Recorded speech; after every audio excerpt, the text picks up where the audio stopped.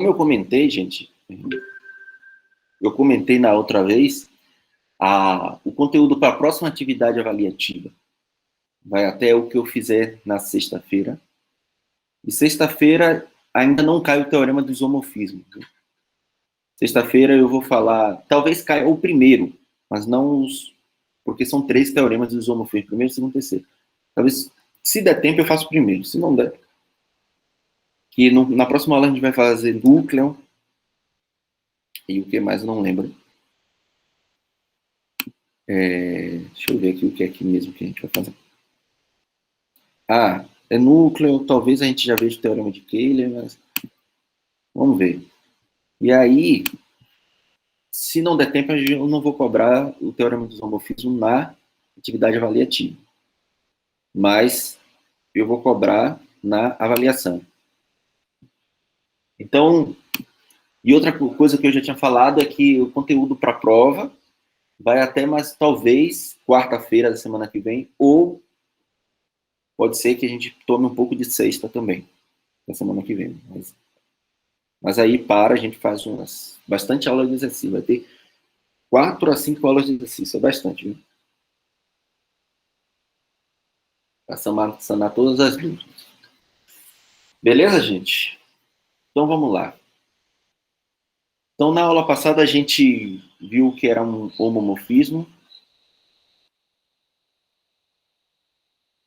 que nada mais é do que uma função entre 2 grupos, de forma que ela apresenta a operação do grupo, né? F de A operado com B é igual a F de A operado em H, a operação de H, F de B. Beleza? Então, era só isso. Beleza? E aí a gente fez bastante exemplos de homomorfismo de grupos, tá? E no final a gente provou aquele teorema que diz que a imagem de G, a imagem de um subgrupo de G é um subgrupo de H. Aí para a imagem de um subgrupo de H é um subgrupo de G.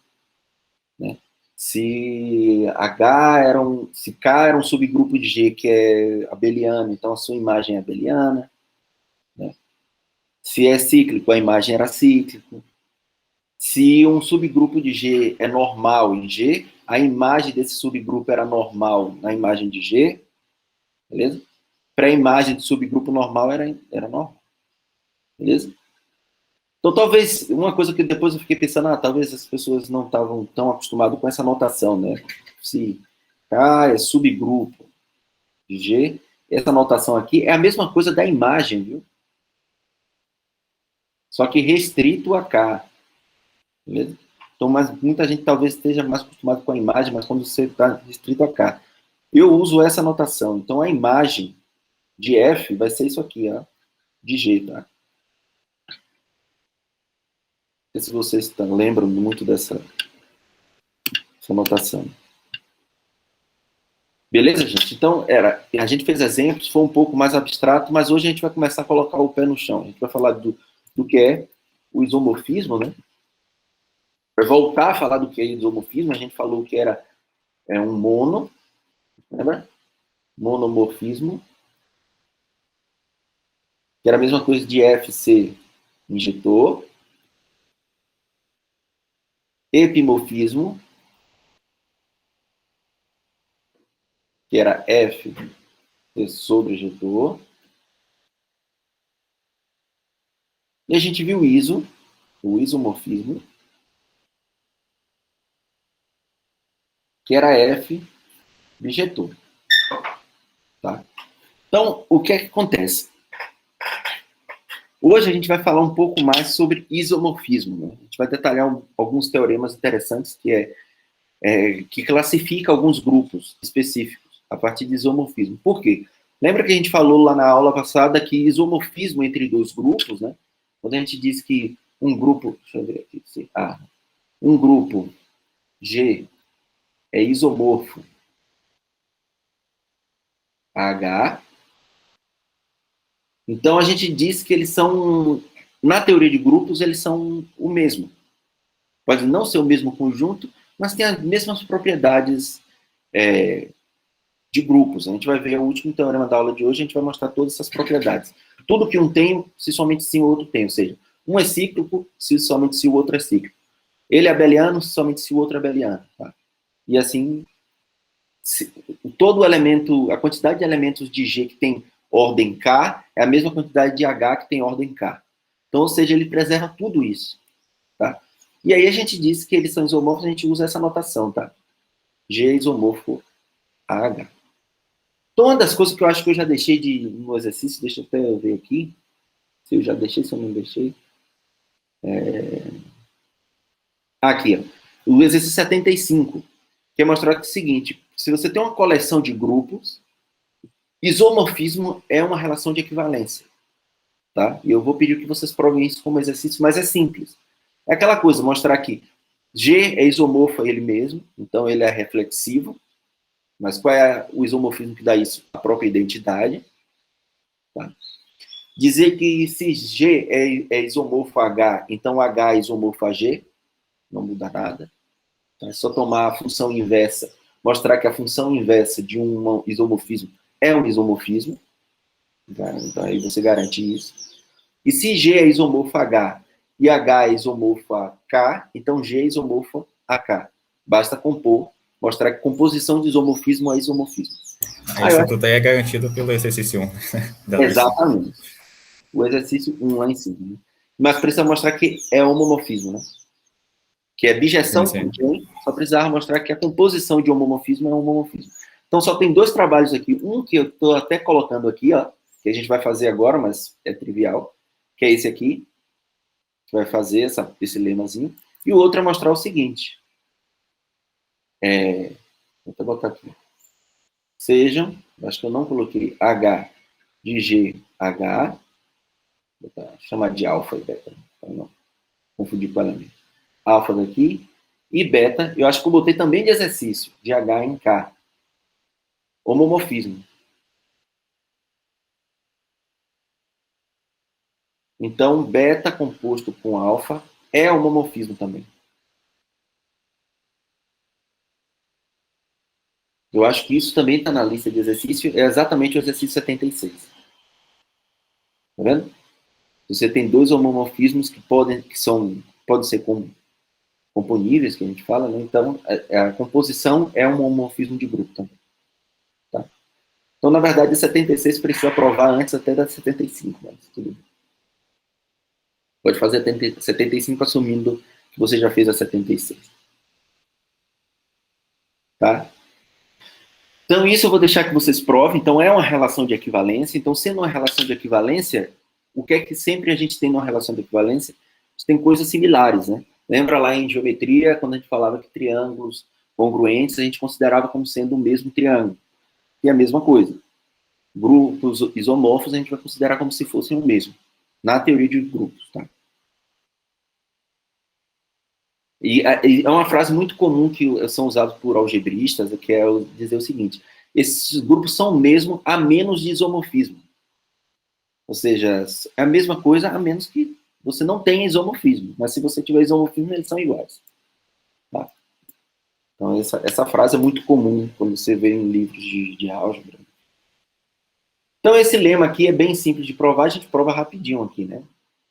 Que é o seguinte: se eu tenho um isomorfismo de GH, então a função inversa é um isomorfismo, né? Então, se eu tenho um isomorfismo,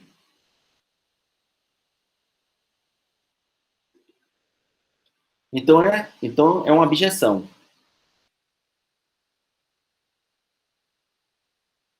Se a abjeção, como é o do mesmo falou aí, pelo exercício 1, alfa possui inversa.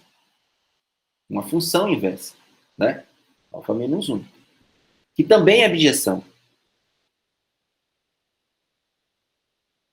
Também é abjeção. Então, falta mostrar o quê? Que alfa a menos 1 é homomorfismo. Né? Vou botar aqui. Falta mostrar que alfa menos 1 é homomorfismo.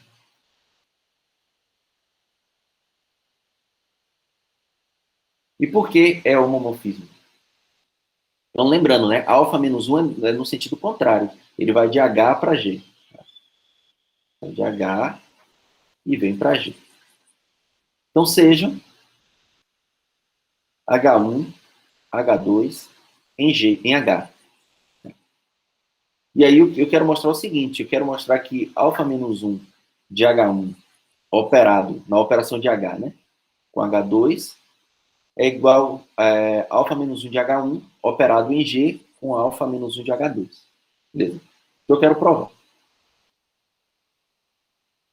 Vou escrever aqui.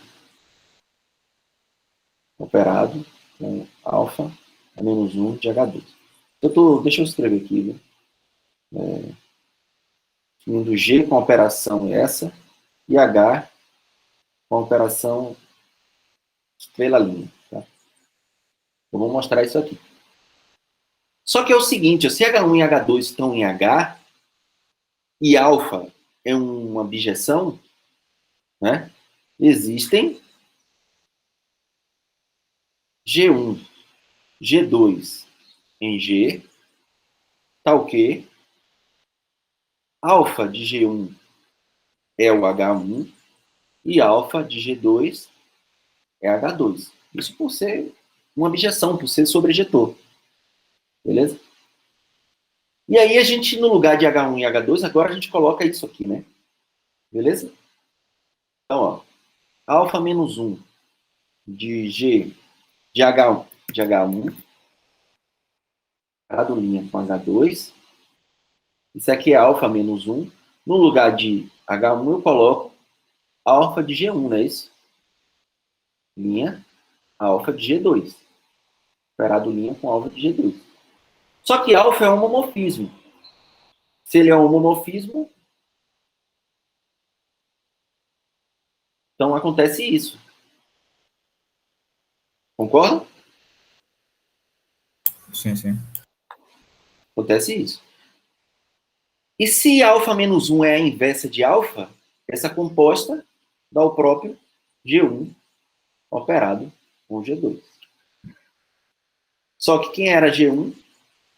Se você tem, né, que isso é isso, então G1, como alfa menos 1 é a inversa, é alfa menos 1 do H1.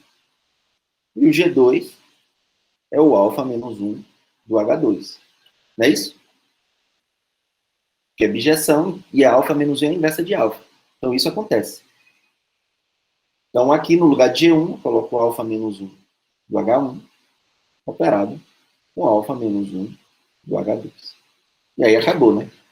Mostramos que o alfa menos 1 é um homomorfismo.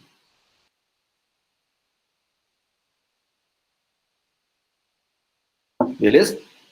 Fácil a prova, mas observe que a gente usou a definição de homomorfismo, tá? Então eu fiz questão de fazer esse aqui, eu ia botar até esse de exercício também, eu falei assim, não, mas eu vou fazer esse porque mais seja simples, mas ajuda a pensar. Tá bom? Vamos para exemplos, e aí para a felicidade de Helena, hoje a gente vai fazer exemplos, bastante exemplos com número. Amém, Darlan. Amém. E também para a sua infelicidade vai ter o diedral aqui na história. Né? Tem que equilibrar, né? O bom e o ruim. Professor, tem chance de não cair de Edral em alguma prova? Difícil, muito difícil. Principalmente pelo teorema que a gente vai provar hoje, vocês vão ver por que o diedral é tão importante. Provar um teorema extremamente importante. Muito longa a prova do teorema, já vou informando aqui, mas extremamente importante. A gente vai mostrar aqui todo o grupo de ordem 2P com P', ou ele é cíclico, ou ele é diedral. Tá? O ele é cíclico, então ele é um Z2P, o ele é o diedral DP. Então, ou seja, você está dizendo que qualquer grupo de ordem 2P com P', ou seja, grupo de ordem 6, o grupo de ordem 10, ou ele é cíclico, ou ele é uma cópia do diedral. Então, já viu, né? O diedral é extremamente importante. Vamos ver exemplo.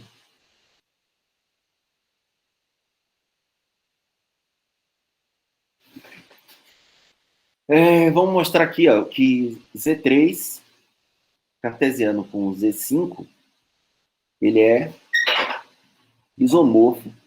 Vou até colocar, em vez de escrever. Então, o isomorfismo desse cara com o Z15.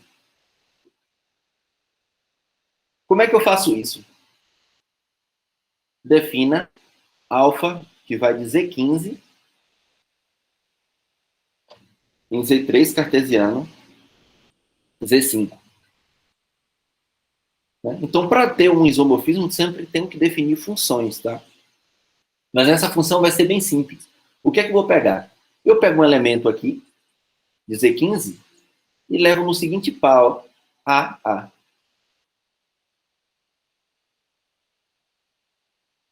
Primeiro, vamos mostrar que isso aí, de fato, é uma função, né? Porque aqui a gente está trabalhando em Z15, a gente está trabalhando com, lembra, com classes de equivalência. Tá? Então, primeiro, vamos mostrar que alfa é função, ou seja, de fato, está bem definida. Paulo chegando aqui. Que alfa é função. Vamos lá. Por que alfa é função? Porque se eu pegar dois caras aqui que representam a mesma classe, né? Ou seja, se A for igual a B em Z15, o que quer dizer isso? Ou seja, né? A é congruente a B módulo 15. Beleza? Eu poderia estar aí, por exemplo, com 2, A igual a 2 e B igual a 17. Né?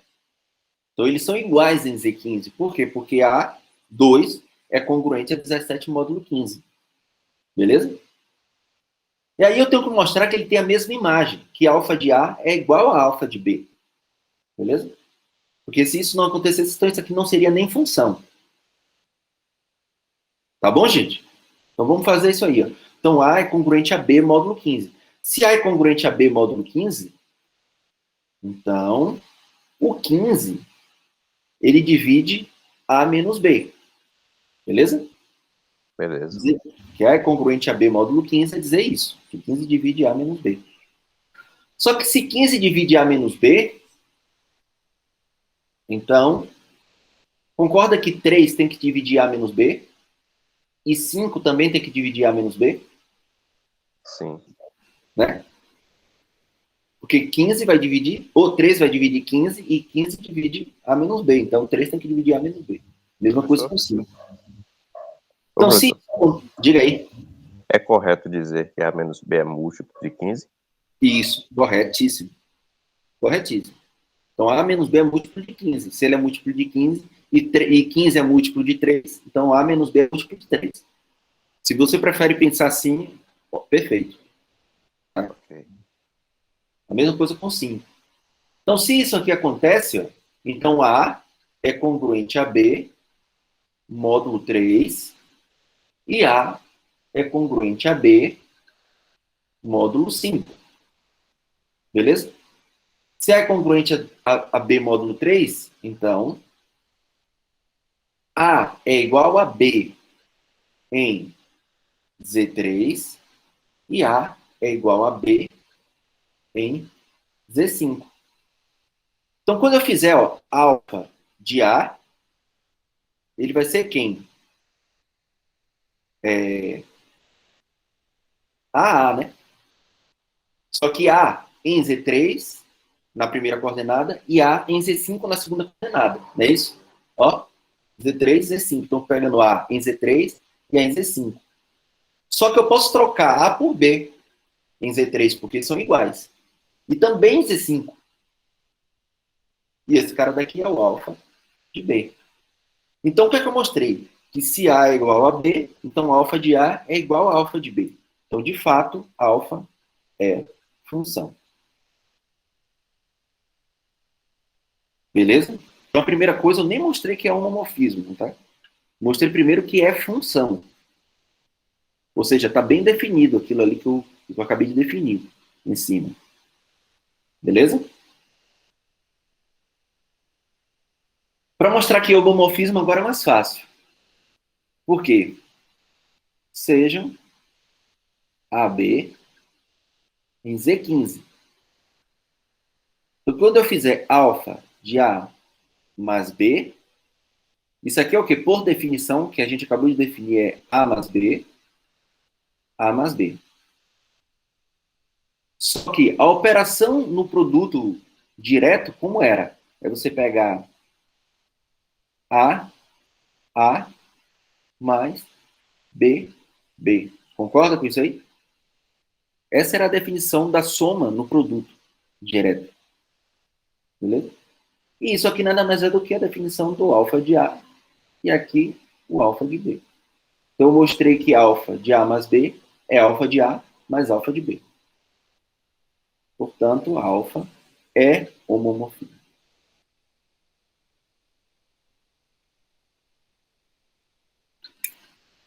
E agora, para mostrar que é isomorfismo, o que é que falta eu mostrar aí?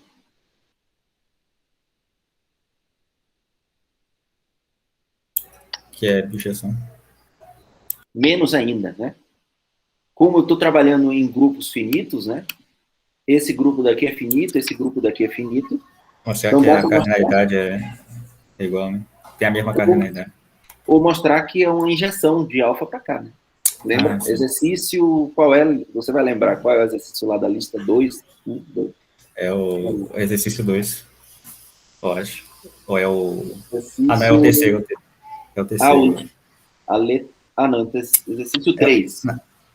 É isso. A é um conjunto finito e esse cara é uma função injetora. Então, ele é uma permutação, ou seja, é uma abjeção. Só que não dá para argumentar só dizendo que a cardinalidade de Z3 com Z5 vai ter que ser o produto, né, de 3 e 5, e a cardinalidade de Z5 é 15, aí Pronto. vai ser... Beleza, concordo. Então, o que o Aldo falou, ao invés de você provar que é injetor, que é uma maneira de você provar, que é bem simples, se você já consegue mostrar aqui a cardinalidade desse conjunto, né? Z3, cartesiano, Z5, é quanto? É 15. E a cardinalidade de Z15 também é 15? Ah, mas aí, tudo bem. Não, tá errado. Porque é o seguinte, eu posso ter esses dois na cardinalidade, mas a função não É porque é necessariamente... uma função específica, né? Exatamente. Então, não. Verdade. Não esqueçam. Então, a gente precisa mostrar que alfa é um monomorfismo, né? Esse próprio alfa. Então, como é que eu mostro que ele é monomorfismo? Ou seja, tenho que mostrar que ele é injetor. Então, como é que eu mostro que ele é injetor? Se alfa de A é igual a um alfa de B, o que acontece? Então, pela própria definição do alfa, AA é igual a BB. Ou seja, A é igual a B em Z3, que é a primeira coordenada, e A é igual a B em Z5, que é a segunda coordenada. Ou seja, o que quer dizer que A é igual a B em Z3? Quer dizer que A é congruente a B, módulo 3, e que A é congruente a B, módulo 5. Quer dizer isso, mais uma vez, se A é congruente a B, módulo 3, quer dizer que 3 divide A menos B, ou, como o Lucas falou, A menos B é múltiplo de 3. E que 5 divide A menos B, ou que A menos B é múltiplo de 5. Se A menos B é múltiplo de 3 e A menos B é múltiplo de 5, então A menos B é múltiplo de 15. 15 divide A menos B. Tá? Então, se 15 divide A menos B, o que acontece? A é congruente a B, módulo 15. E se A é congruente a B, módulo 15, A é igual a B em Z15. Então, eu mostrei que, de fato, ela é injetou, né? Eu peguei dois elementos AB, que a imagem eram iguais, e mostrei que eles são iguais no domínio. Então, mostrei, de fato, que é injetor.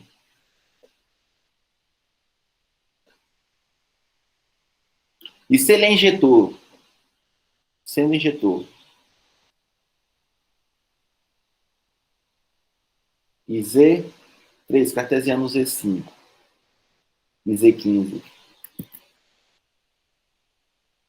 finitos, temos alfa bijeção. Portanto, isomorfismo. Beleza? Então, aí a gente acabou de mostrar que a gente consegue um isomorfismo entre Z15 e Z3 cartesiano Z5. Tá? Então, o que é que a gente conseguiu aí? Você está lá trabalhando, encontrou o cartesiano de Z5, de Z3 com Z5. Eu posso enxergar ele como um Z15, que é um grupo bem simples, né? É só você listar os 15 elementos, de 0 a 14, e fazer as contas. Você sabe que ele é cíclico, né? O Z15 é cíclico, e a gente vai ver um teorema, o último teorema, esse daqui também tem que ser cíclico. Beleza? Tem um único gerador. Tá bom? Ok. Uma vez que você estabelece o isomorfismo. O que a gente vai começar a ver a partir de agora é o seguinte, observe que esse foi um exemplo bem específico, né? Foi Z3, cartesiano Z5, é isomorfo ao Z15. Mas será que isso sempre acontece, né? Ou seja, pegar um Zn e escrever ele como um isomorfo entre o Z e os seus divisores de N, cartesiano? Será que isso acontece sempre? Sim, esse é um teorema que é chamado o teorema fundamental dos grupos abelianos finitamente gerados. E isso vocês, infelizmente, não vão ver nesse curso, porque precisa de algumas outras ferramentas da teoria de grupo. A prova não é tão simples para você mostrar que isso aí vale geralmente. Então, grupos e anéis 2, vocês vão ver exatamente a prova desse teorema. Tá? Um dos focos do curso de grupos e anéis 2. Mas aqui a gente vai ver alguns casos mais simples, que a gente consegue classificar alguns grupos. Por exemplo, o primeiro, esse daqui. Ó. Se um grupo ele é cíclico, se possui ordem infinita, então ele é uma cópia de Z. Todo grupo cíclico infinito ele é uma cópia de Z. Então você pode enxergar ele, na teoria de grupos, como sendo o próprio Z. E se ele tem uma ordem finita, então com certeza ele é da forma Zn. Se ele é de uma ordem finita N, com certeza ele é uma cópia de Zn. Então, olhar grupos finitos, grupos cíclicos, ele é muito bem classificado. Ou ele é uma cópia de Z, aí depende da ordem, ou ele é uma cópia de Zn. Sempre.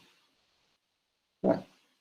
Então, isso já te ajuda bastante. Você está lá trabalhando com um grupo, se você está trabalhando com uma coisa lá fora da matemática, né?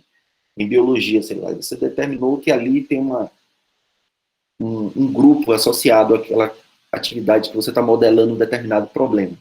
O problema é modelado por uma estrutura algébrica que tem uma estrutura de grupo. E viu que ele é cíclico, então com certeza ele é uma cópia de Zn. Então toda a propriedade que você conseguir extrair de Zn, ou de Z, você consegue concluir sobre esse grupo. Então observe quais são as utilidades desses teoremas, de classificar grupos dessa forma, tá? Tem aplicações bem interessantes. Inclusive em computação tem bastante. Então vamos provar esse teorema aí.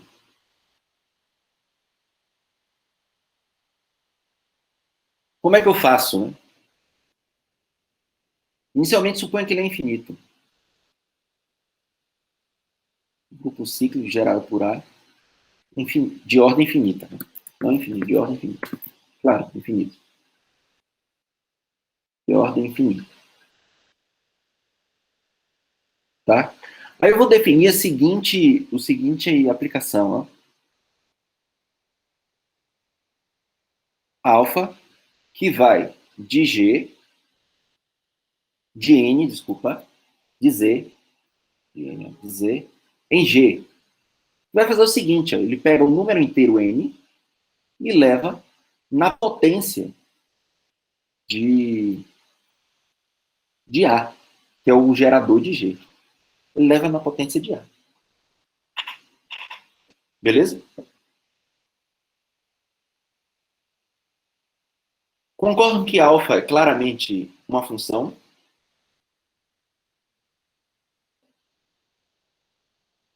Vamos lá, vou chamar atenção para isso aqui, ó, gente. Porque algumas vezes, professor, você prova que a função está bem definida e algumas vezes não. Quando você define funções, ou uma relação, né, nesse caso, para quocientes, então você precisa mostrar que ele independe do representante. Para poder aí você garantir que de fato ele é uma função. Foi o que a gente fez aqui no caso anterior. Para mostrar que esse alfa aqui era uma função, eu tinha que mostrar que ele independe do representante. Ou seja, se alfa é igual a b em Z15, quer dizer que a classe de alfa é igual à classe a classe de A é igual à classe de B.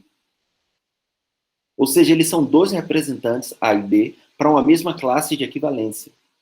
Tá? Então, aí eu preciso, de fato, mostrar que a função está bem definida. Se o que eu defini é, de fato, uma função. Beleza? Isso, muitas vezes, eu entendo que muitas vezes é um pouco complicado para o aluno que está começando agora a ver relações de equivalência e classes de equivalência, ver a necessidade de provar que, de fato, está bem definido. Mas, por favor, não esqueçam de provar isso. Então, sempre verificar que o que você está definindo é, de fato, uma função. Esse caso daqui, sim, é, de fato, uma função. Porque se n é igual a m, então não tem classes de equivalência. Então, n tem que ser o próprio n, não importa. A elevado a n tem que ser igual a elevado a n. Então, isso é claramente uma função. Tá? Muita atenção com isso. Vamos mostrar que alfa é um homomorfismo.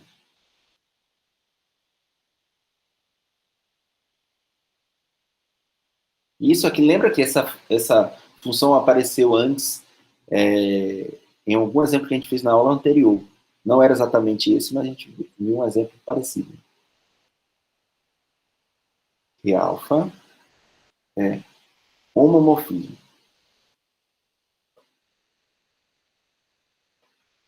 De fato, né? Sejam n, m em z. Então, alfa de n mais m, isso aqui é a elevado a n mais m.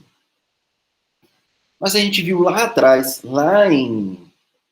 nas propriedades de potência em grupos, que isso aqui é a mesma coisa de a elevado a n operado com a elevado a n. E isso aqui nada mais é do que a imagem de n operado com a imagem de n. Então, de fato, alfa é homomorfismo. Dúvidas até aí, gente? Não. Vamos mostrar que ele é um monomorfismo.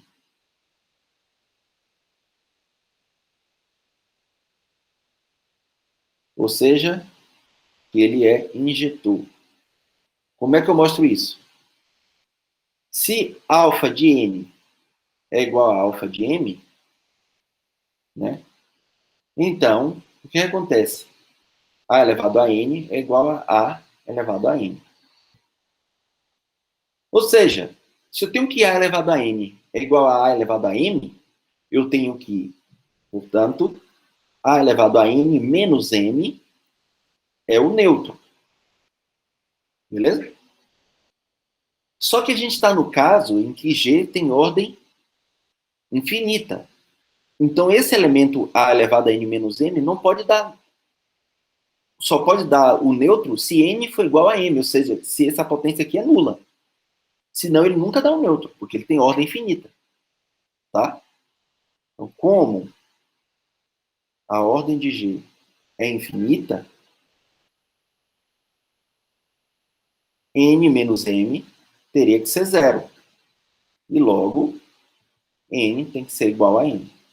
Então, eu mostrei que se alfa de n é igual a alfa de m, então n tem que ser igual a m. Ou seja, alfa é injetora, ou seja, é um monomorfismo. Beleza? Vamos mostrar que é um epimorfismo, para mostrar que é sobre ejetor. E aí, se eu tenho um injetor sobre ejetor, é uma abjeção.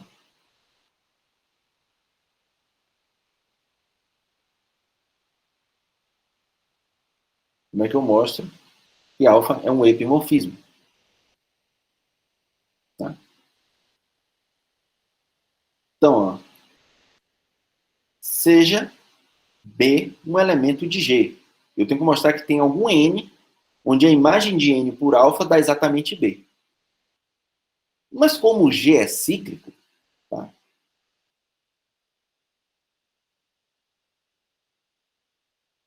O B é igual a uma potência de A. Assim, o que é que a gente tem? O alfa de N, por definição, é A elevado a N, que é o próprio B. Acabou, né? Então, eu mostrei que B é a imagem de um elemento de Z, a partir de alfa. Portanto, alfa é sobre vetor. Logo, a gente mostrou que alfa é isomorfismo. Beleza? Então, grupos cíclicos de ordem infinita, ele sempre é isomorfo a Z. Então, ele é uma cópia de Z. Você já pode até olhar ele como um conjunto dos números inteiros com a soma. Beleza? Vamos ver o segundo caso ali, né? O caso em que a ordem é finita. Supõe agora que a ordem de G é N finita. Beleza? A gente define a mesma aplicação, só que agora partindo de Zn. Tá?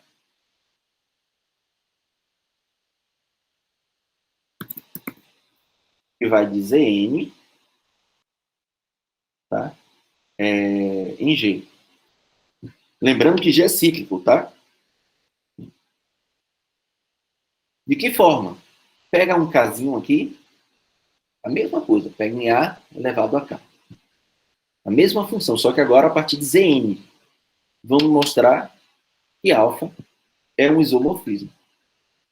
Só que nesse primeiro caso, no caso anterior, era em Z. Então, estava bem definido. Nesse caso, a gente precisa mostrar que está bem definido, que a gente está trabalhando em um grupo quociente. Lembra que aqui a gente está trabalhando com classes de equivalência.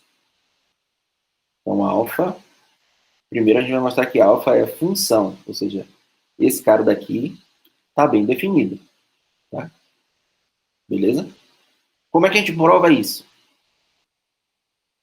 Suponha que a classe de K é igual à classe de J, em Zn. Ou seja, né? K é congruente a J módulo N. Se A é congruente a J módulo N, então K menos J é um múltiplo de N. Ou seja, N divide K menos J. Beleza? Se N divide K menos J, temos, portanto, acho que uma proposição que a gente fez lá atrás, que A elevado a K menos J tem que dar um neutro. Lembra? Por quê? Eu vou até fazer rapidinho aqui, a gente fez, né? Se K menos J, eu vou até fazer K menos J é um múltiplo de N. Isso aqui é NQ. Então, A elevado a K menos J é A elevado a NQ, que é a mesma coisa de A elevado a N elevado a Q. Só que G é um grupo de ordem finita, onde é cíclico gerado por A. Então, A elevado a N é um neutro. E o neutro elevado a Q é neutro. Beleza, gente? Então, Beleza. como esse cara daqui é o neutro, né? Logo, A elevado a K é igual a elevado a J. Então, o que é que eu acabei de mostrar? Ó? Ou seja, acabei de mostrar que alfa de K é igual a alfa de J. Então, de fato, é uma função. Eu não estou levando caras iguais para imagens distintas. Isso é a definição de ser função. Então, de fato, eu mostrei que alfa é uma função. Beleza? Vou mostrar que é homomorfismo.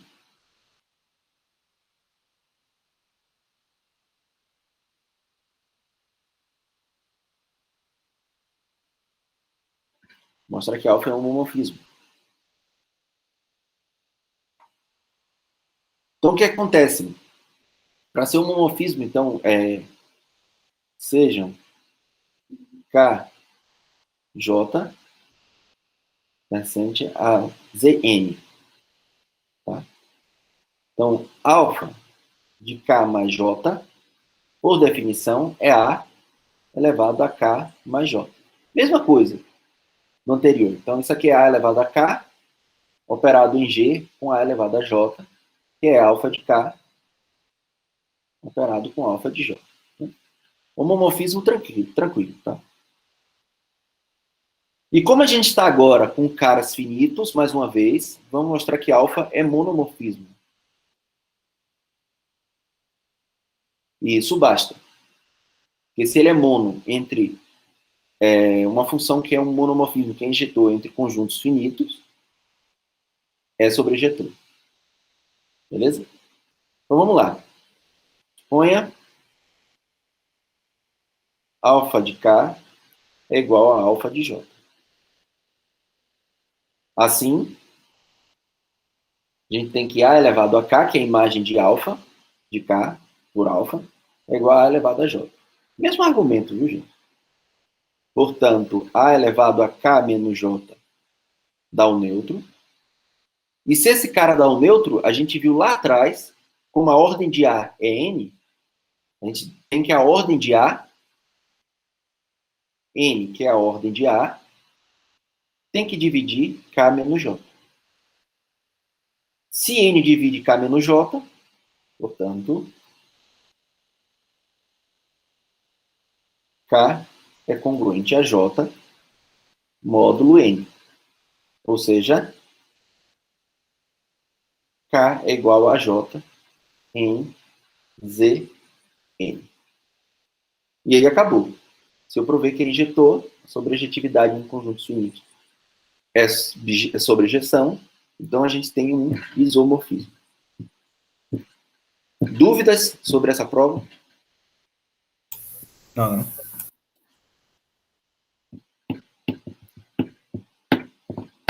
Então, gente, pegou um grupo, você está lá trabalhando com um grupo. O grupo é cíclico. Ah, então eu já sei que, se ele tem ordem infinita, ele é Z, ele é uma cópia de Z. Se ele tem uma ordem finita, então ele é uma cópia de Z sobre essa ordem. Então a ordem finita é N, então ele é uma cópia de Zn. Acabou. Olha o corolário aqui, ó. É a classificação de grupos de ordem prima.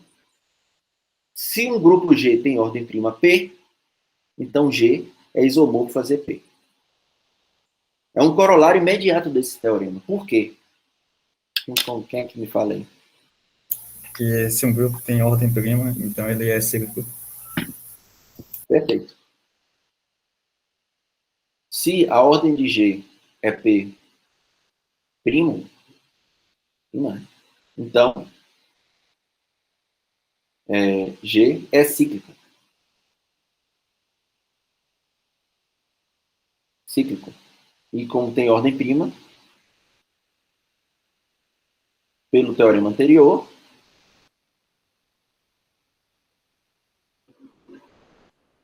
G é isomorfo a ZP. Então melhorou aí agora, né? A gente já está classificando muito mais classes de grupos, né? A gente viu que grupos cíclicos é isomorfo a Zn, e agora grupos que não necessariamente você sabe que é cíclico, você sabe contar a quantidade de elementos, e ele é um número primo, então você já sabe que ele também é uma cópia de ZP. Tá? Beleza? Então já dá para entender bastante grupos aí, né? Como se comportam bastante alguns grupos.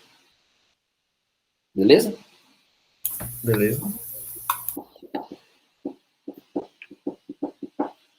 Deixa eu ver se tem mais alguma coisa para eu falar aqui. Não sei. Vamos fazer um exemplo, né? Pega o exemplo, vamos lá, para o D4.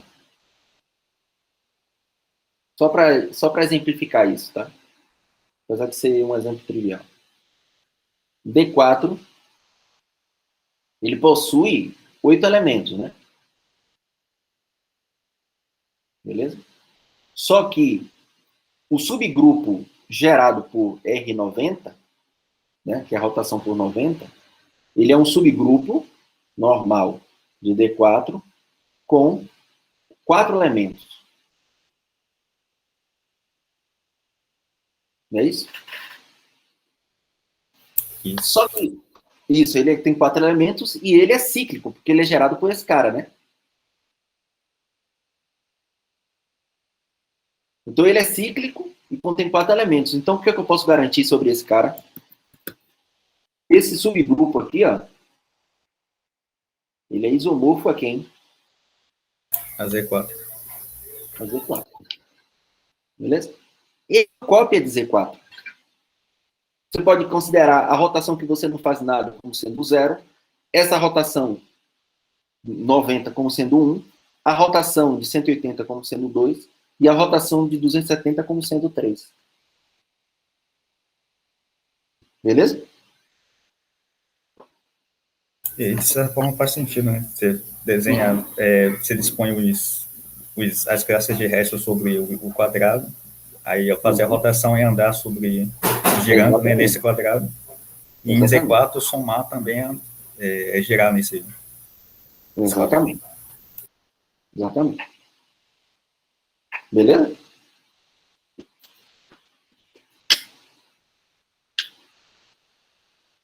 Outro exemplo meio trivial aqui, mas ainda em D4, né? O gerado por uma reflexão F1, por exemplo. Lembra? A ordem desse cara é 2. Primo, é cíclico. Então ele é isomorfo a Z2. Sempre. Beleza?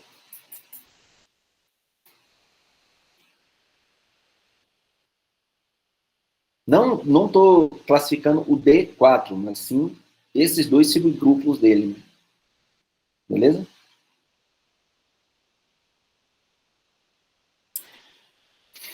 Dúvida, gente? Não tem, vamos embora. Olha esse lema aí. Eu vou chamar de lema, apesar dele ser extremamente importante, mas ele é um lema que a gente vai utilizar no próximo teorema. Que é o seguinte: se um grupo G possui elementos distintos A e B que comutam e tem ordem 2 cada um, tá? Então G possui um subgrupo isomorfo a Z2 cartesiano Z2. Produto direto de Z2 com ele mesmo.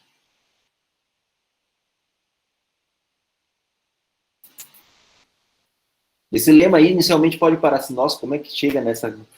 Se eu tenho dois caras que comutam e tem ordem 2, como é que eu vou construir esse isomorfismo de algum subgrupo? Qual é esse subgrupo? Então, vamos provar isso aqui.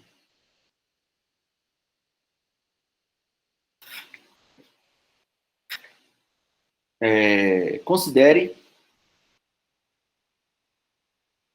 o conjunto, o seguinte conjunto, ó, que é um subconjunto de G.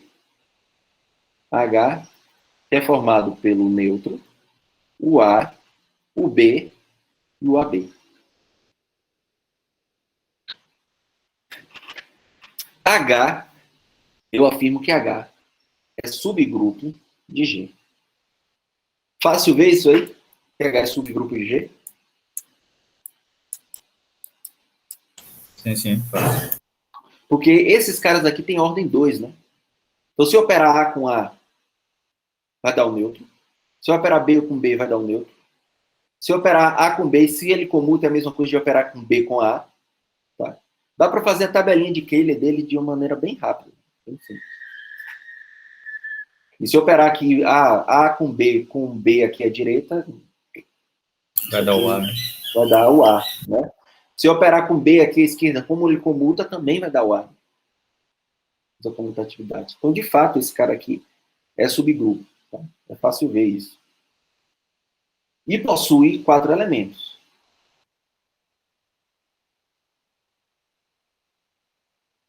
Beleza? Ele possui 4 elementos. A mesma quantidade de elementos de Z2 cartesiano Z2. Então, vamos mostrar o isomorfismo desse subgrupo H com Z2 cartesiano Z2. Da seguinte forma. Defina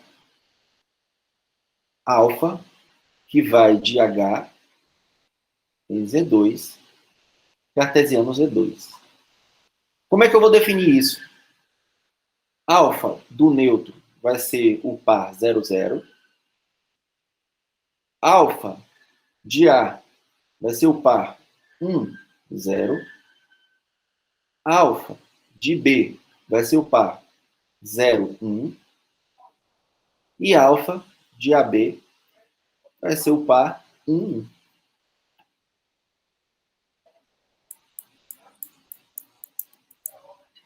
Então, o que é que eu preciso mostrar aqui? De fato, esse cara daí é um homomorfismo, né?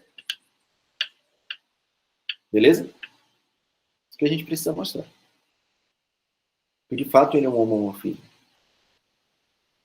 Alfa é claramente uma bijeção, concorda?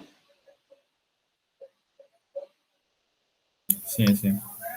Isso não precisa mostrar que é função nem bijeção, porque, claro, né? Para cada elemento tem um único elemento associado, e ele é sobre-ejetor, ele exauriu todos os elementos daqui, são todos esses daqui, né? É claramente uma objeção. Então, o que é que falta mesmo para mostrar que é... Mas aí é simples, é você fazer todas as operações possíveis, todos os elementos desse cara. Então, se você pegar, ó, por exemplo, alfa de AB, isso aqui, por definição, é quem? É 1, 1. Só que 1, 1, eu posso escrever como sendo 1, 0, mais 0, 1. É igual a quem? Alfa de A mais alfa de B. Para esses elementos AB. Com neutro não precisa fazer, né? Com neutro não. O que mais você pode fazer aqui? Nada. Era só isso, só precisava mostrar para esse caso. Para os outros faz de maneira trivial. Concorda? Sim, sim. Beleza. Então, de fato, alfa é homomorfismo.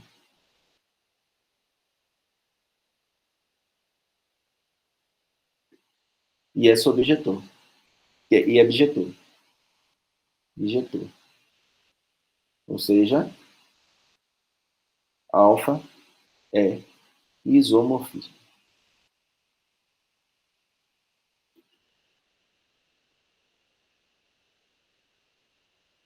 Beleza, gente? Então, bom, acabou. A gente mostrou que, de fato, qualquer grupo, né, se ele tiver 2 elementos AB que comutam, e cada um desses elementos tem ordem 2, então ele é isomorfo, tem um subgrupo isomorfo no Z2 cartesiano Z2. Por que isso é útil, esse lema? Eu botei aqui, né? Deixa eu mudar só esse cara aqui de lugar, que a gente vai usar ele daqui a pouco. Ele aqui. Não, é aqui mesmo. Tem razão. Que a gente vai provar esse teorema aqui, esse corolário. Qualquer grupo de ordem 4 é isomorfo AZ4 ou AZ2. Peraí. Não. Gente, aconteceu alguma coisa, ele copiou os 2 últimos slides e apagou um que era o teorema mais importante aqui da história.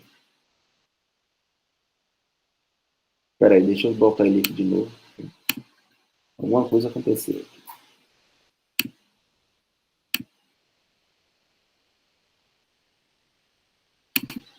Esse teorema, né? Por que ele não está aqui?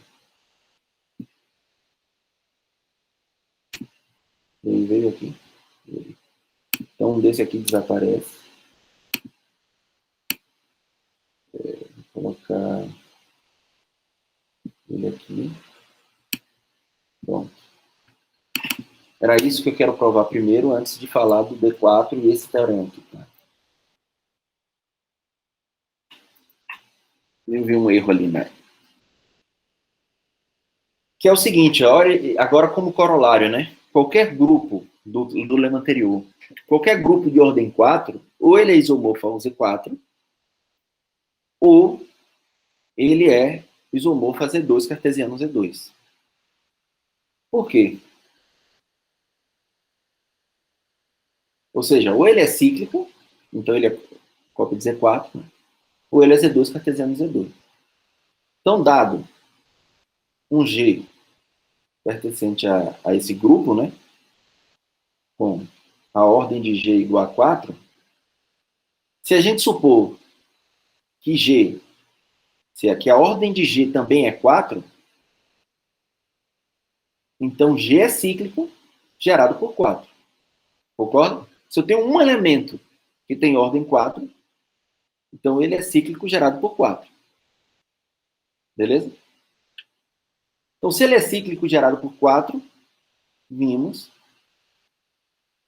que, assim, G teria que ser isomorfo a Z4. Ele é cíclico de 4 elementos. É aquele outro teorema que a gente viu lá atrás.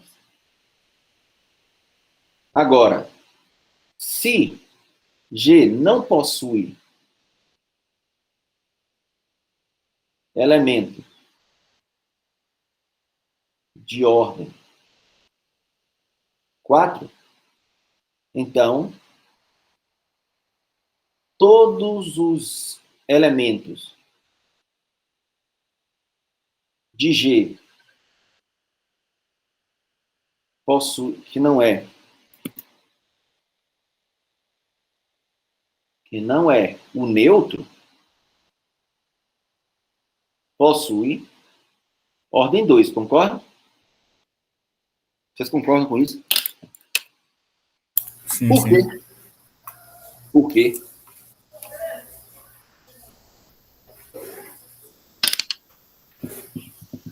Lembrem? A ordem de um elemento ele gera um subgrupo, né? Você vai operando ele várias vezes, ele gera um subgrupo. Então, se um elemento não pode ter, em G, não pode ter ordem 3, porque a ordem do grupo gerado por ele é 3, e teria que dividir 4, e é um absurdo. Né? Sim. Então, ele só pode ser 2 ou 1. Se é 1, é o neutro, ele é o próprio neutro. Então, ele só pode ter ordem 2. Todos os elementos têm ordem 2.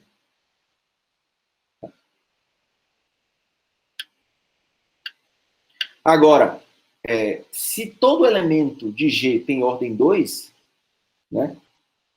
Eu acho que vimos em algum exercício anterior, acho, né? Mas vamos provar isso. Agora vamos mostrar, acho que a gente já viu em algum lugar,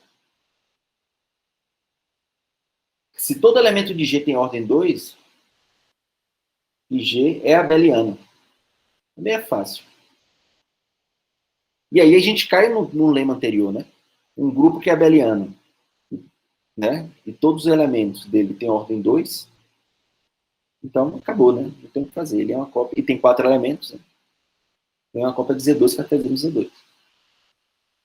Se você tem um AB pertencente a G com A e B diferente do neutro, a gente vai mostrar que eles comutam.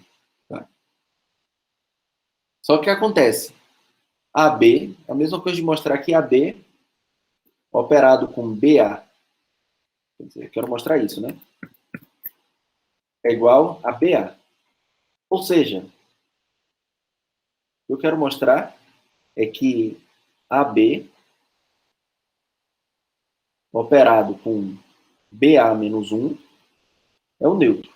Isso que eu quero mostrar. Vou botar aqui, vamos mostrar para ficar claro. Né? Aqui. Isso aqui. Então vamos começar fazendo a conta, né?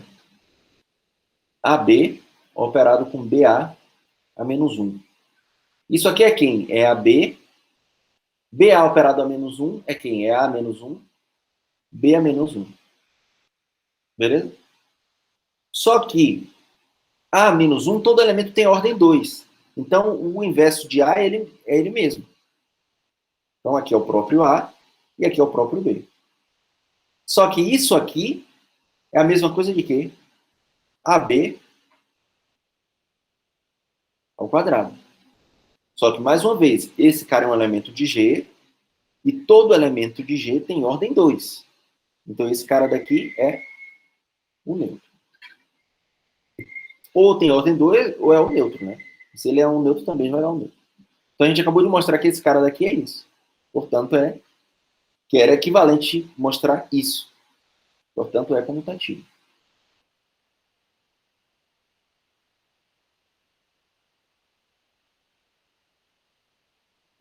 Assim, o que é que a gente tem? G é isomorfo, pelo lema anterior, né? Pelo lema. G é isomorfo a Z2, cartesiano. Z2.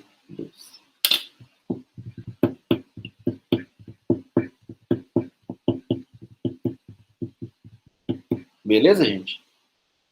Sim, sim.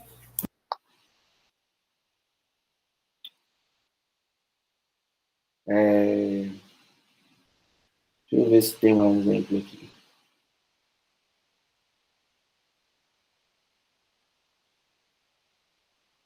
Ah, não, peraí.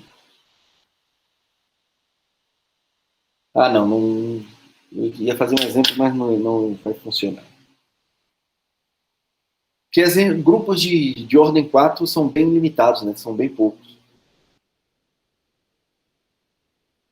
Mas tá aí, beleza. Vamos seguir. O próximo teorema que é o mais importante.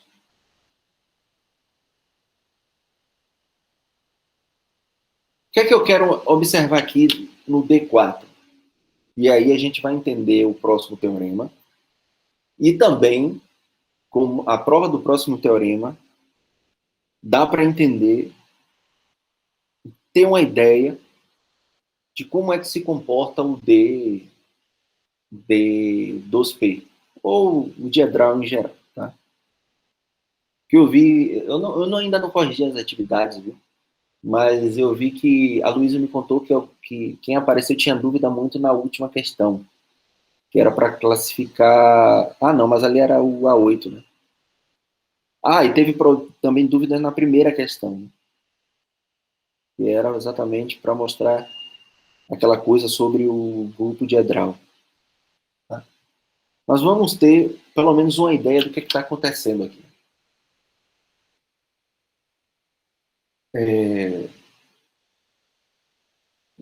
Lembra do seguinte, ó, se eu pegar, fixar essa reflexão, ó, por exemplo, F1, tá?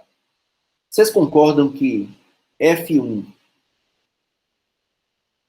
aplicado com a rotação R90 é igual ao R270 composto com F1? A gente sabe que ele não é comutativo, mas isso a gente sabe. Concorda? Ou não? Vamos lá, ó. Sim, sim. Né? Se você aplicar primeiro o R90, ele faz isso. E depois aplicou o F1, é refletir esse cara. Então, o 1 vai para aqui, o 1 e o 2 vai para o lado direito, e o 4 e o 3 vem para o lado esquerdo. Ou seja, né? Quando você aplicar primeiro esse cara nesse quadrado, vai dar esse, e aplicando o F1 sobre esse, vai dar exatamente quem? O F4. Beleza? Agora vamos fazer o contrário, né? Vamos aplicar primeiro o F1, que é isso aqui, e depois você aplica a rotação 270, que é pegar esse 1 aqui e fazer 1, 2, 3, trazer para cá. Se eu trouxe para cá, 1 para cá, o 2 vem para onde? Vem para aqui. Olha se não vai dar exatamente esse cara daqui. O 4 vem para aqui e o 3 desce. Então, Sim, é igual. Tá? Só que o que eu quero chamar a atenção é o seguinte, apesar de ser um exemplo específico, mas o que eu quero chamar a atenção é o seguinte.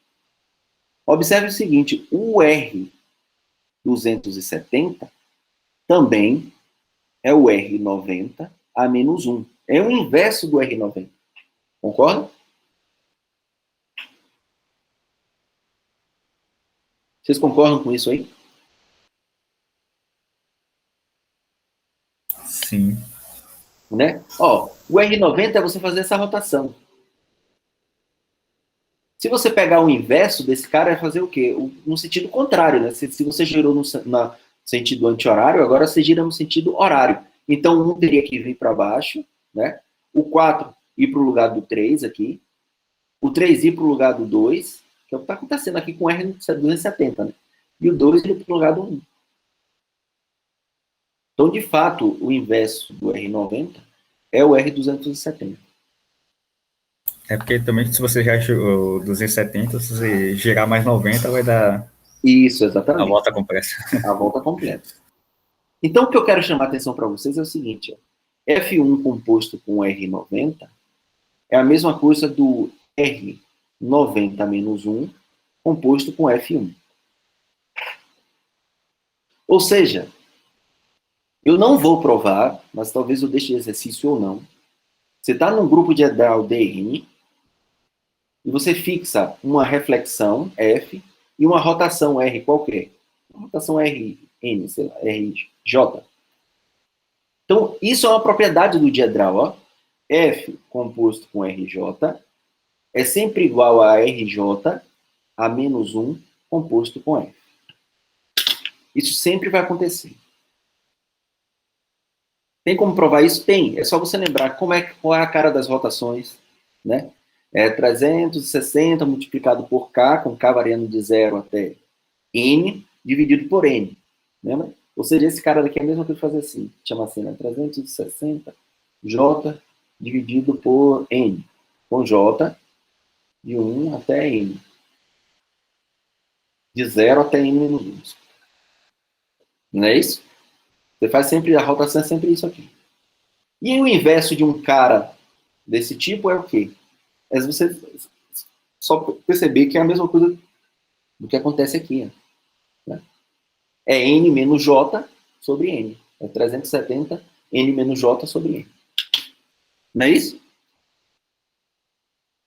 Ou não? Ou seja, o R 360 J sobre N, o inverso desse cara é você pegar R 360 N menos J e dividir por N.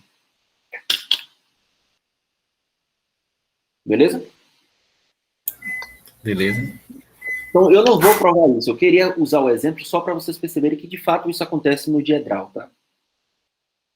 Isso sempre acontece no diedral. Por que eu estou chamando a atenção para isso? Porque a gente vai precisar desse fato para provar o próximo teorema. É um teorema que é um pouco grande a prova e talvez a gente nem consiga fazer o último teorema. A prova é um pouco grande. Mas é um teorema extremamente importante. Por quê? Porque o teorema fala isso. É a classificação de grupos de ordem 2P. Então, observe, a gente já classificou ordem de grupo primo, ordem de grupo de ordem primo, grupos cíclicos, tá? O grupo... Qual foi mais? Vou lembrar aqui. O grupo de ordem 4, beleza? Que aí entra naquele caso específico, tá? E qual foi? O grupo... Bom, é isso, grupo de ordem prima. Então, agora a gente vai chegar nessa classificação de grupo de ordem 2P. O caso geral, grupo de ordem, sei lá, N para N qualquer, inteiro qualquer, como eu falei lá no início da aula, vocês vão ver no grupo abeliano, né, de ordem N, vocês vão ver no próximo curso de grupos e anéis 2. Agora, o grupo não abeliano de ordem N não necessariamente dá para classificar de uma maneira tão bonita. Tão bonitinha assim. Beleza? Então, mas tudo isso, pelo menos os abelianos de ordem N dá para classificar.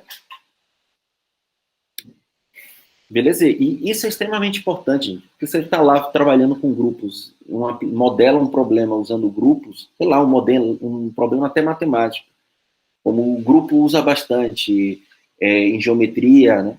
Você faz isometrias lá, o grupo, olha a ordem desse grupo, esse grupo é finito, tem ordem. Essa ordem é o quê? Se é um 2P, acabou.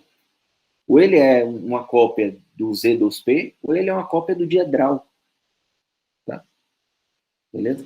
E aí dá para fazer conta. Né? Se ele é uma cópia do diedral, então ele tem um subgrupo cíclico de índice 2, né, que é só tomar as rotações, e aí fazer rotação é simples fazer a conta. Né? E o outro são todos de ordem 2. Os elementos que não estão aí são todos de ordem 2, que são puras reflexões. Tá?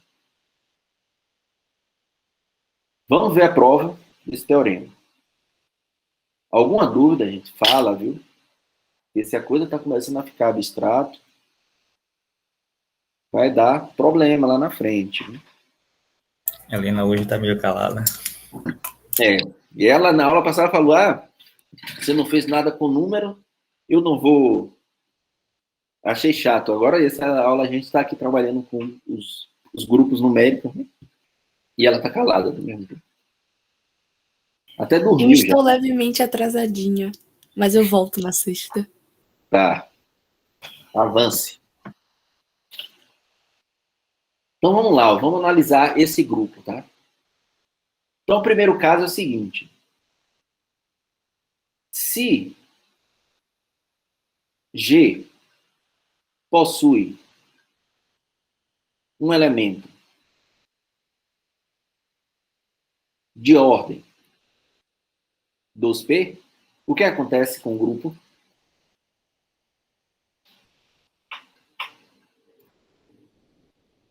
Se ele tem um elemento de ordem 2P, que é a mesma ordem do grupo, o grupo é o quê? O grupo é cíclico, né? Inclusive, eu acho que isso é um exercício Exatamente. Claro, porque lembra, vou fazer até aqui, ó. Se G, a ordem de G é 2P, então o subgrupo gerado por G, a ordem desse subgrupo é 2P. Como a ordem do subgrupo tem que dividir a ordem do grupo, que é próprio 2P, então ele contém todos os elementos de G, né? Sim, sim. Então ele é cíclico, gerado exatamente por G. Beleza? Então ele é cíclico gerado, né? Por G. Se ele é cíclico gerado por G, a gente já viu o teorema anterior, que ele é isomorfo a Z2P. Neste caso, G é isomorfo a Z2P. O teorema lá atrás. Vou mostrar ele aqui. Esse aí. Ele tem ordem finita, então ele tem ordem 2P, e é cíclico, ele é isomorfo a Z2P. Então vamos partir para o caso que o grupo G, supondo que o grupo G não tem nenhum elemento de ordem 2P. Vamos fazer a conta. Suponha que G não possui elementos de ordem 2P. Beleza? Ele não tem elemento de ordem 2P. Assim, os elementos... Pode falar. Eu ia falar que ele ia ter subgrupos, né, de ordem 2 e ordem P. Isso. E aí, como a gente viu, teriam que ser cíclicos esses subgrupos. Tem ordem 2 ou P, né? Sim, Os sim. elementos de G tem ordem 2 ou tem ordem P. Se todo elemento de G tem ordem 2, a gente também cai no outro caso, né? Sim, sim, que a gente viu. Colocado. Né? Se todo elemento de G tem ordem 2, o que acontece? G é abeliano. Foi até uma prova que a gente fez ali atrás, não foi?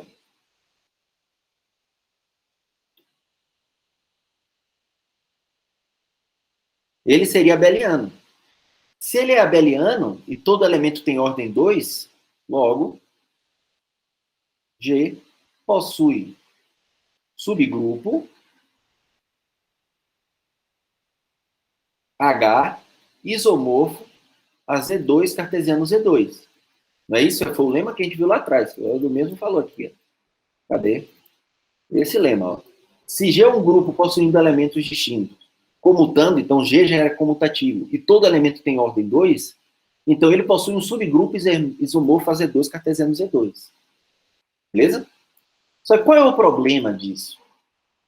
se ele é isomorfo a Z2 cartesiano Z2. Ele tem ordem 2. Tem ordem 4, desculpa. Tem 4 elementos. Mas aí a gente tem uma contradição, concorda? Sim, porque todo elemento tem ordem 2. E assim... Não, a contradição é o seguinte. Ó, assim, 4 teria que dividir 2P. Ah, é, sim, verdade. Contradição, né? Porque ela é subgrupo de... Exatamente. Teorema de Lagrange. Teorema de Lagrange vai garantir que a ordem de H vai ter que dividir a ordem de G. Então, 4 teria que dividir 2P. E aí é uma contradição. 4 não divide 2P. Com P' de... Eu coloquei aqui. P é diferente de 2, né? Porque senão, se P fosse igual a 2, eu estaria com um grupo de ordem 4. E aí é o caso anterior. É esse caso. Beleza?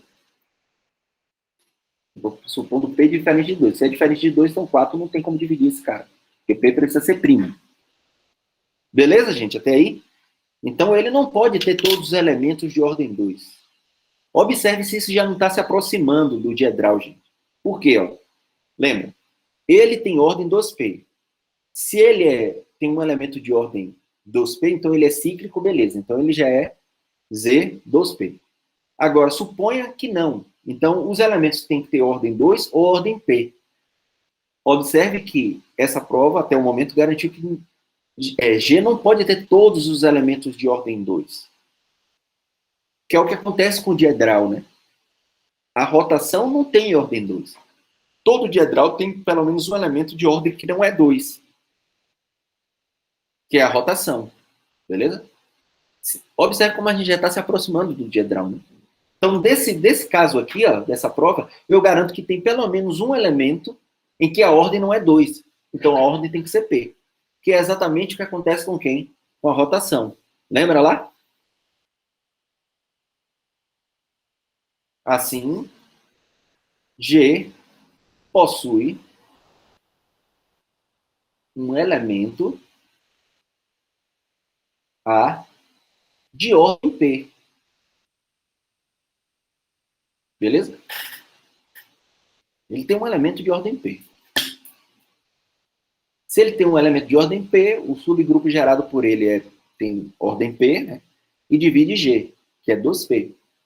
Então, não é o próprio G, né? Então, o que a gente vai fazer agora?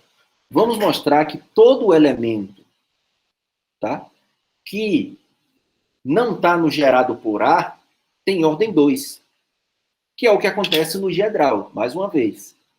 As rotações têm ordem P e as reflexões têm ordem 2. Lembra lá? Sim. Então, a gente vai mostrar isso. Então, ele tem um elemento de ordem P, isso aí agora a gente já sabe. Agora, seja B um elemento que não está no gerado por A. Eu vou mostrar que ele tem que ter ordem 2. Como é que eu mostro isso? Se a ordem de B for igual a P, o que é que a gente tem? Então, o subgrupo gerado por A, intersectado pelo subgrupo gerado por B, ele contém apenas um neutro. Concorda com isso? Sim. Porque tem que ser o MMC. Exatamente. Ele tem esse cara. Agora, esse cara, ó, lembra esse produto direto entre esses dois subgrupos? A gente viu... eu acho que eu não fiz a prova, né? Mas eu acho que eu deixei de exercício. Deixa eu ver aqui. Deixa eu ver onde foi que eu deixei de exercício.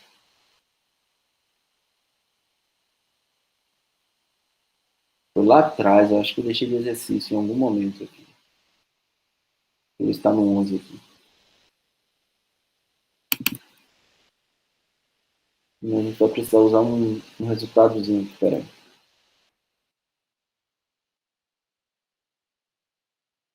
Quando eu falei de... É do produto de grupo? produto de subgrupos, lembra? Aqui. esse exercício, tá vendo? Deixa de exercício. Que a cardinalidade do produto entre os dois subgrupos é igual ao produto da ordem de cada subgrupo pela intersecção. Tá? Eu deixei isso aqui de exercício. Lembrei agora. Então vamos voltar lá para ele. Cadê? Então esse cara, a cardinalidade desse, ou seja, a quantidade de elementos desse produto aqui, era a ordem do gerado por, que é a ordem de A, né? A ordem de B, dividido pela ordem do A, intersectado por B. Só que como a ordem desse cara daqui é 1, a ordem de A é P, e eu estou supondo que a ordem de B é P, então a ordem desse cara daqui teria que ser quanto? P ao quadrado. Que aí eu tenho uma contradição, né? Por quê? Contradição. Por que é uma contradição? Porque seria maior do que a ordem do... Exatamente. Porque a ordem de G é 2P. E aí eu que é teria... diferente de 2, né? Exatamente. Vai ser sempre menor. Exato. E P é diferente de 2. Bem observado. Então, não tem como esse cara ter ordem P ao quadrado. Beleza? Então, eu sei, agora eu acabei de mostrar que todo elemento arbitrário que eu peguei fora do gerado de A, obrigatoriamente tem que ter ordem 2. Todo elemento B que não pertence a A tem ordem 2. Beleza, gente? Ficou claro aí? Aí agora é o seguinte, ó. Agora a gente está bem perto. Por quê? Ó? Olha, vamos olhar para o D4. Todos esses caras aqui têm ordem 4, e esse cara daqui é exatamente um subgrupo gerado pelo R90, beleza? Ou R90, ou R180, ou R270, gera esse mesmo subgrupo. E todo, observe que se o D4 não acontece isso. Agora, todo cara que não está nesse daqui tem ordem 2, que é esse, tem ordem 2, esse tem ordem 2, tá vendo? Todos esses caras aqui têm ordem 2. Não é isso? Que é só reflexão. Beleza? Então a gente já está quase lá. Ó. A gente já mostrou que todo elemento que não está no gerado por A tem ordem 2. E o grupo gerado por A tem ordem P. Não é isso? Observe o seguinte. Ó. Qual é o índice? O índice de G no gerado por A é quanto?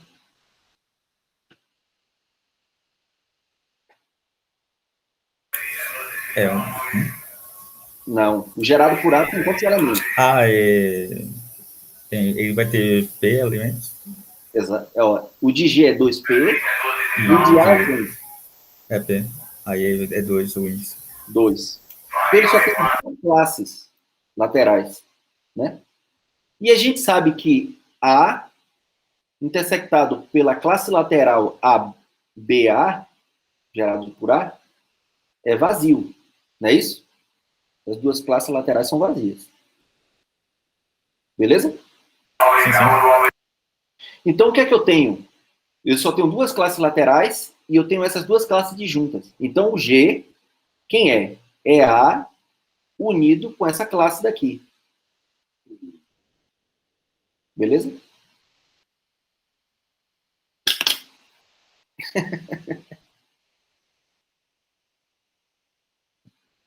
Aqui, de vez em quando, tem uns caras aqui vendendo peixe, né? Não sei se vocês já escutaram. Um peixe, camarão. Carro do ovo também passa de vez em quando. Aqui é carro do ovo, peixe, tempero, o que tiver, os caras tá passando, tá vendendo. Aqui tem também bastante. Aqui passa aipim também. Aipim, pô, aipim aqui nunca vi, não. Aqui é aipim manteiga, até banguelo come. Aqui até um tempo atrás eu estou até preocupado, porque até um tempo atrás passava capelinha, e agora não passa mais. O cara gritando aqui, capelinha, capelinha, e agora não vem, não sei nem o que aconteceu com ele. Eu espero que esteja bem. Realmente. Então vamos lá, vamos voltar. Então o que é que eu mostrei? Ó? O G agora, ele pode ser escrito como essa união, ó, que é exatamente o que acontece com o diedral. Lembra lá o que acontece com o diedral? Eu tenho o gerado pela rotação.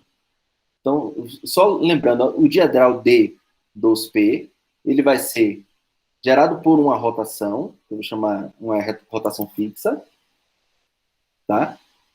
Unido com uma reflexão com essa classe lateral. Você fixa uma reflexão aplicado a esse grupo gerado. Não é isso? Isso aqui sempre acontece no diedral. Beleza? Onde esse cara daqui tem ordem 2. E todos os elementos daqui, né, não estão aqui. Então, todos os elementos aqui, todos os elementos aqui não estão aqui. Então, todos os elementos daqui têm ordem 2.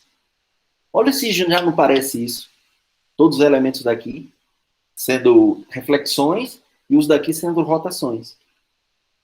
Sim, sim. Então, é exatamente isso que a gente vai usar. Qual é a função que a gente vai tomar de G para D dos P? Que D dos P? DP. Que é DP. DP, né? Para DP, que seja um homomorfismo, né? Um isomorfismo. Então, vamos lá. O defina alfa, que vai de G em DP. Faz o seguinte. Onde alfa de A eu fixo uma rotação aqui, qualquer, onde R é alguma rotação. Vamos tomar a rotação mais... Aqui a gente está tomando, né? Se fosse para o D4 seria 90, né? Então vamos tomar aqui o R360 dividido por P. Por 2P, né? É por 2P ou por P? Não é isso? É, por P, por P. Por P. Então vamos tomar essa rotação, tá? O alfa de A como sendo essa rotação e o alfa de B como sendo um F1, a primeira reflexão.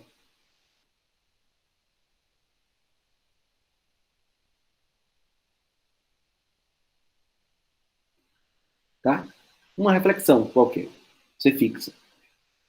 Vou até chamar de F em vez de F1, tá? É uma reflexão qualquer. Então isso aqui estou com. Beleza? Vamos fazer isso. E aí, a gente precisa mostrar agora que esse alfa é um homomorfismo. Né? Por quê? Claro, se eu estou mostrando que alfa de A está nesse cara, né? Então eu posso agora tomar todos os alfas. Não, vou definir assim, desculpa.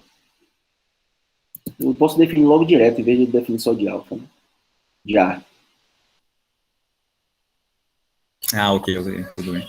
Né? Claro. 360N sobre P. E agora o alfa de B, de fato, é o F. Beleza? Porque essa aí garante que está levando cada um dos gerados, né, em uma rotação. Exatamente. Exatamente. Agora, como é que eu mostro? Aí é que precisa de uma coisinha aqui para mostrar que é homomorfismo. Tá? Deixa eu só... Que é o seguinte, ó. Esse grupo aqui também tem uma coisa muito especial que a gente observou no grupo de Edral. Que é o seguinte, ó.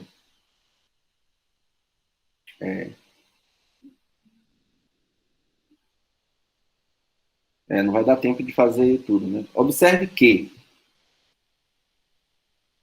dado um B que não pertence a A, como o índice dele é 2, e como o índice de G em A, né, é 2, esse cara é subgrupo normal de G, não é isso?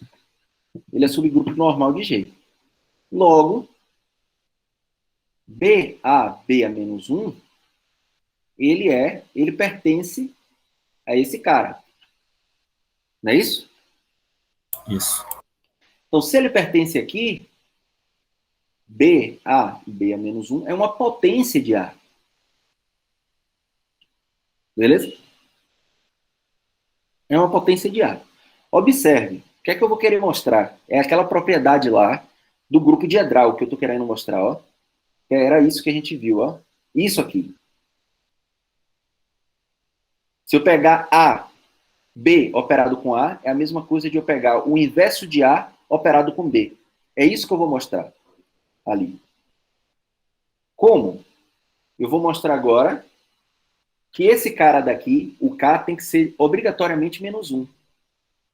Que aí, quando eu operar B dos dois lados, vai ficar BA igual a A elevado a menos 1B. Então, eu posso fazer aquela troca. Beleza? Beleza. Então, como é que eu faço agora? Ó, o A, concorda que o A eu posso escrever como sendo B2, A, B a menos 2. Por quê?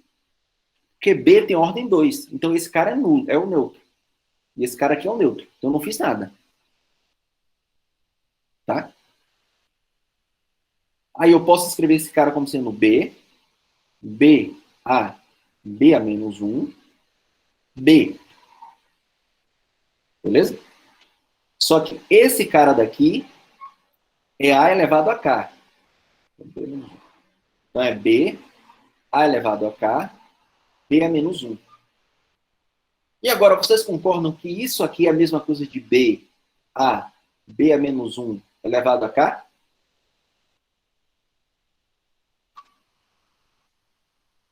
Concordam com isso aí? É só você pegar aqui, ó, K vezes, isso aqui K vezes. Os caras que estão no meio, né, B com B a menos 1, vão todos eliminar. Então vai ficar B, A elevado a K, B a menos 1. Acho que até a gente já fez isso em algum momento aqui atrás. Ok, tudo bem. Consegui visualizar. Não é isso? Só que, mais uma vez, esse cara daqui é A elevado a K. Então, isso aqui é A elevado a K ao quadrado. Ou seja, eu mostrei que A é igual a elevado a K ao quadrado. Ou seja, olha que coisa bonita isso aqui. Né? A elevado a K ao quadrado menos 1 dá um neutro. Não é isso? Sim. Só que a ordem de A é quanto? Quanto é a ordem de A? É P.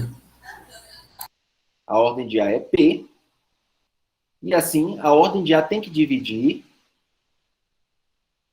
P, vai ter que dividir K ao K quadrado quadrado menos 1. menos 1.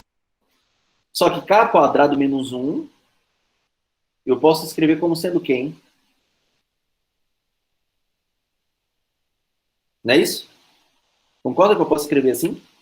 Sim, sim. Logo,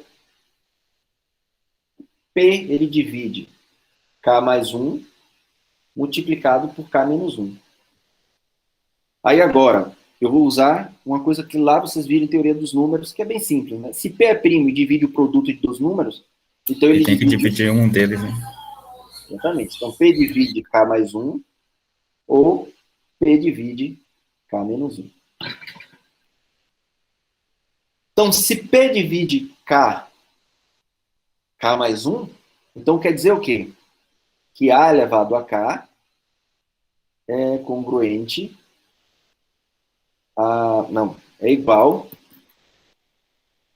Não, K elevado a K mais 1 é o neutro, né? E assim, A elevado a K é igual a elevado a menos 1. Beleza? Isso aqui, a gente conclui isso. E desse daqui, a gente conclui esse de K, ó, que A elevado a K menos 1 tem que ser 0. E assim, A elevado a K tem que ser A.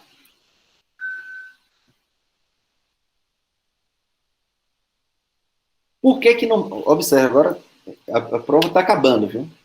Por que que não pode ser esse daqui? Se A elevado a K for igual a A, então, B a menos 1, B a menos 1, vai ter que acabar já, né? Teria que ser igual a K. Multiplicando B a ambos os lados, BA teria que ser igual a AB. Tá? E, portanto, o que é que a gente teria? Que AB comutam. Concorda? AB comuta, que é exatamente isso. Então, AB elevado a N seria o quê? Concorda A que esse mesma cara coisa de A elevado a N, B elevado a N. e B elevado a N. Não é isso? Não, peraí. Não, peraí. Seja N a ordem.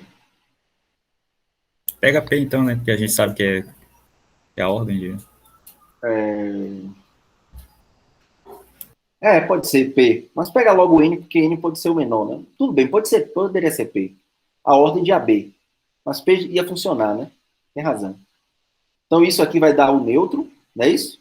Isso aqui é isso. Então, a gente chegaria na conclusão que A elevado a N seria B elevado a menos N. Concorda? Só que isso é um absurdo.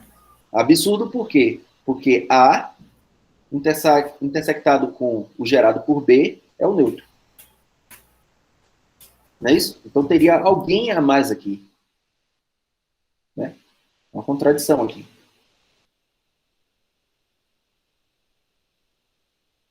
Pois isso aqui aconteceria. Então a gente só chega na conclusão que o quê? Esse cara não pode acontecer. Então só pode acontecer esse daqui. Portanto, A elevado a K tem que ser exatamente A elevado a menos 1. Logo, B a menos 1 teria que ser igual a A elevado a menos 1. E assim, BA teria que ser igual a menos 1, B, que é exatamente aquela propriedade que tem um grupo diedral.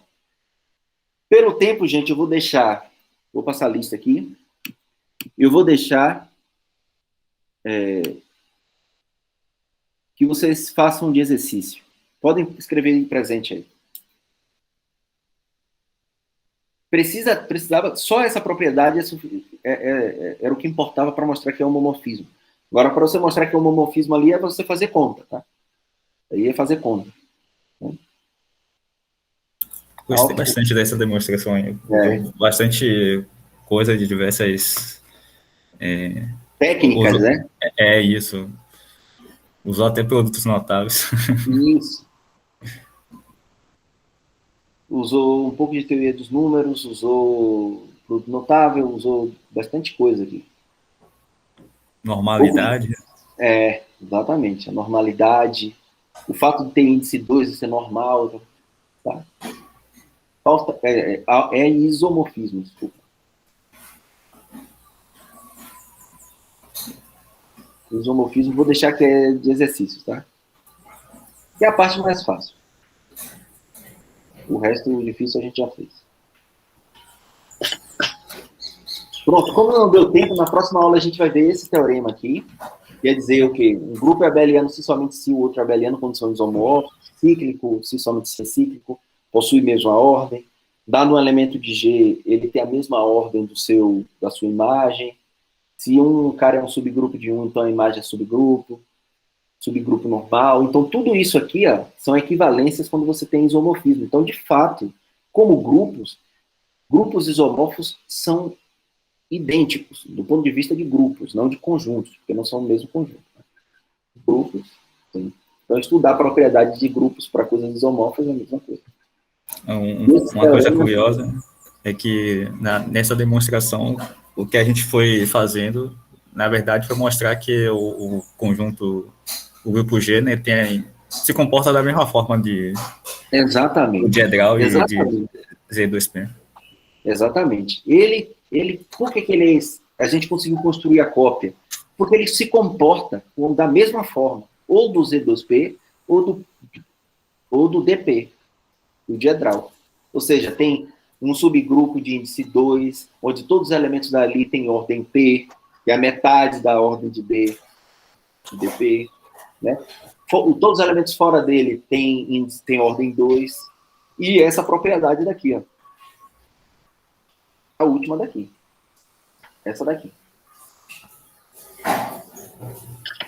Então a gente viu as coisas essenciais para para ser igual, né? O que é que falta? Só efetivar a conta do isomorfismo, mas isso aí é tranquilo, tá? É só fazer continha mesmo. Beleza, gente? Depois disso, tem mais assunto ainda? Não, né? Assunto de quê? Para prova. Tem.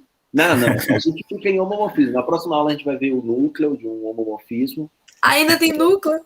Tem um É núcleo. tranquilo, rapaz. É tranquilo. Tem o teorema do Não, isomorfismo. essa parte de isomorfismo... Pode parar de gravar da aula. É o meu desabafo. Desabafo. Essa parte ficou mais clara. Mas o assunto anterior, eu não entendi nada. Peraí. Por que você não entendeu? O outro assunto, que nem o nome eu lembro.